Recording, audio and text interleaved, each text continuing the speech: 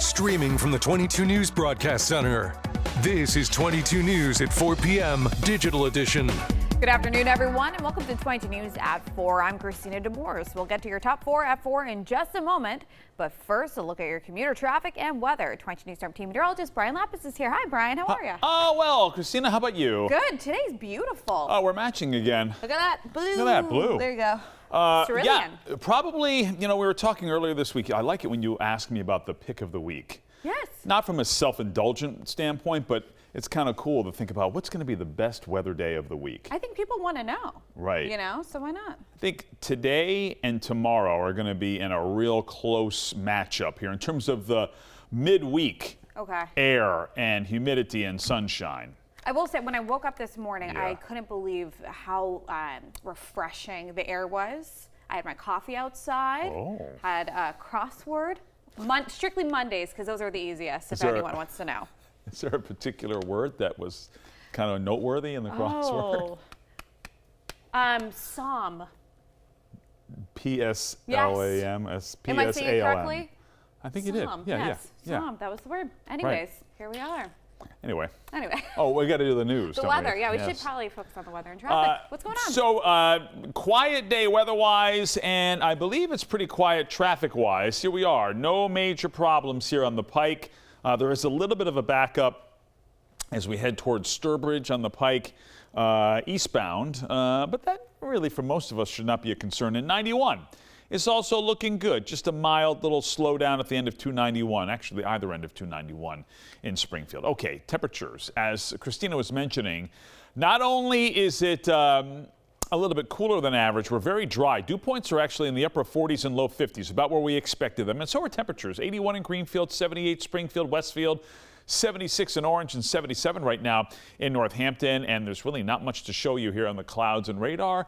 So we are in good shape. And the way things are looking, we're going to be dry at least through the weekend. We'll update with our 22 News Storm Team Skycast. A woman who was seriously injured when a wrong-way driver crashed into her car on Route 5 in West Springfield is suing the town and city of Holyoke. Court documents show the nature of the lawsuit that was filed back on April 17th lies under personal injury involving a motor vehicle. Yorani Louisa was driving on Route 5 in West Springfield last November when another vehicle driven by Carlos Maldonado, who was fleeing from police, struck her head-on.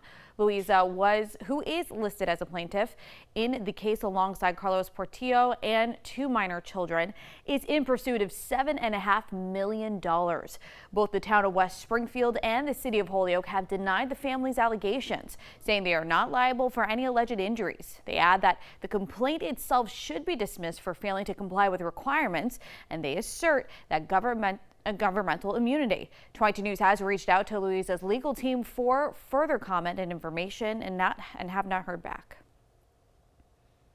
Holyoke police on Wednesday arrested an 18-year-old for illegally possessing a firearm. Police around 4 in the morning responded to a gun call from an apartment on High Street.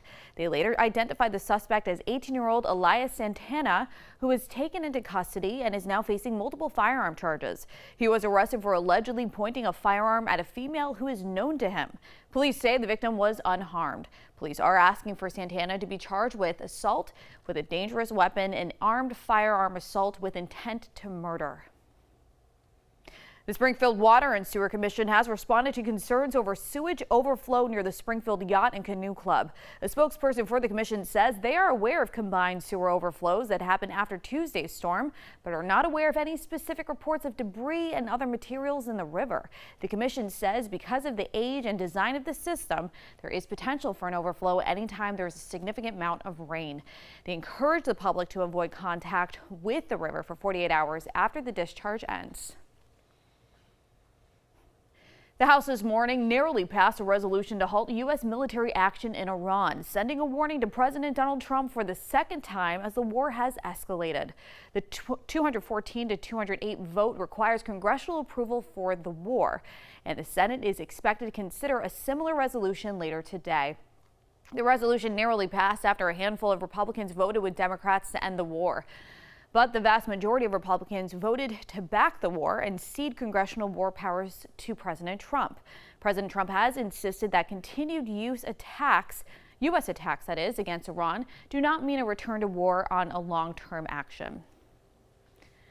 Now let's get another check of today's weather with Brian Lapis, who joins me now. Brian, there's not that many clouds in the sky either. It's beautiful today. Yeah, it is. And, we were talking about how refreshing it was this morning. If you liked this morning, it's going to be even cooler and drier tomorrow morning. Wonderful. Love that. Great news for me. Yeah, and despite the cooler air in the morning, we'll actually be warmer tomorrow afternoon. Okay.